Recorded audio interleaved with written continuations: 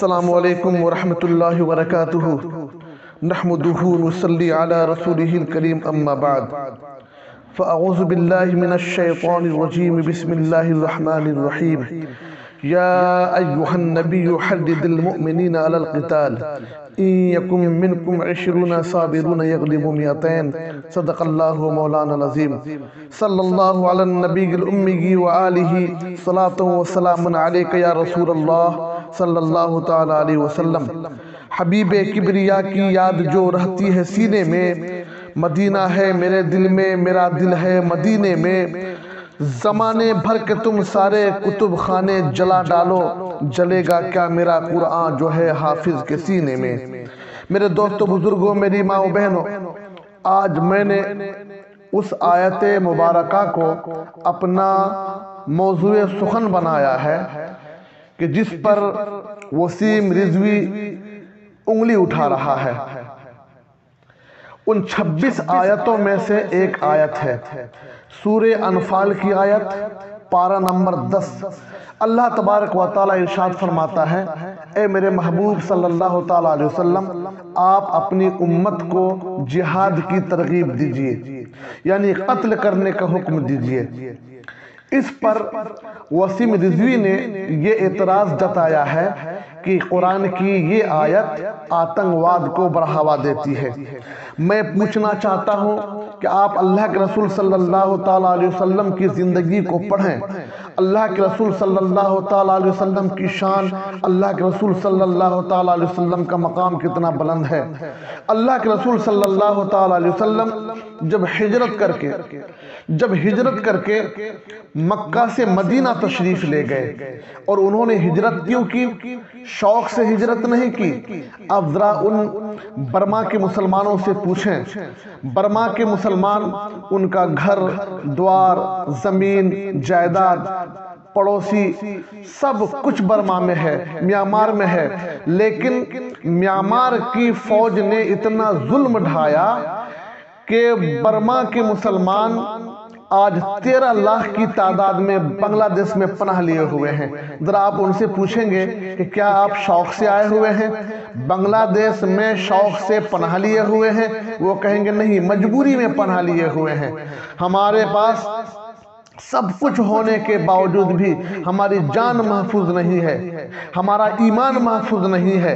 وہ یہی کہیں گے۔ ٹھیک اسی طرح اللہ کے رسول صلی اللہ تعالیٰ علیہ وسلم نے جب مکہ میں نبوت کا اعلان فرمایا تو بوڑھے، بچے، جوان، عورت، مرد سب دشمن ہو گئے۔ اللہ کے رسول صلی اللہ تعالیٰ علیہ وسلم کو اتنا پریشان کیا، اتنا تنگ کیا کہ اللہ تبارک و تعالیٰ نے اپنے حبیب محمد رسول اللہ صلی اللہ تعالیٰ علیہ وسلم کو مکہ سے ہجرت کرنے کا حکم دے دیا۔ اللہ کے رسول صلی اللہ تعالیٰ علیہ وسلم 50 سال 53 سال تک مکہ میں رہے، مکہ میں پیدا ہوئے۔ اللہ کے رسول صلی اللہ تعالیٰ علیہ وسلم کا گھر مکہ میں تھا، لیکن مجبوری میں ہجرت کر کے اللہ کے رسول صلی اللہ تعالیٰ علیہ وسلم مدینہ تشریف لے گئے۔ لیکن کفار و مشرکین کو اب بھی چین نہیں ملا۔ انہوں نے فوج کو اکٹھا کی اور بہانہ بنا کر کے مدینے پر حملہ کرنے کے لیے، چڑھائی کرنے کے لیے روانہ ہوا۔ اللہ کے رسول صلی اللہ تعالیٰ علیہ وسلم تک جب یہ بات پہنچی تو اللہ کے رسول صلی اللہ تعالیٰ علیہ وسلم نے سر کو سجدے میں رکھا اور اللہ کی بارگاہ میں ہاتھ اٹھایا، اللہ کی بارگاہ میں دعا کی کہ اے میرے پروردگار عالم، میں مکہ کے کفار و مشرکین کے ظلم سے تنگ آ کر کے میں نے ہجرت کیا اور میں مکہ سے مدینہ آیا۔ اب وہ مدینے پہ چڑھائی کرنے کے لیے آ رہے ہیں، اب میں کیا کروں؟ جبکہ ہم تعداد میں بھی کم ہیں، ہمارے پاس ہتھیار بھی کم ہے۔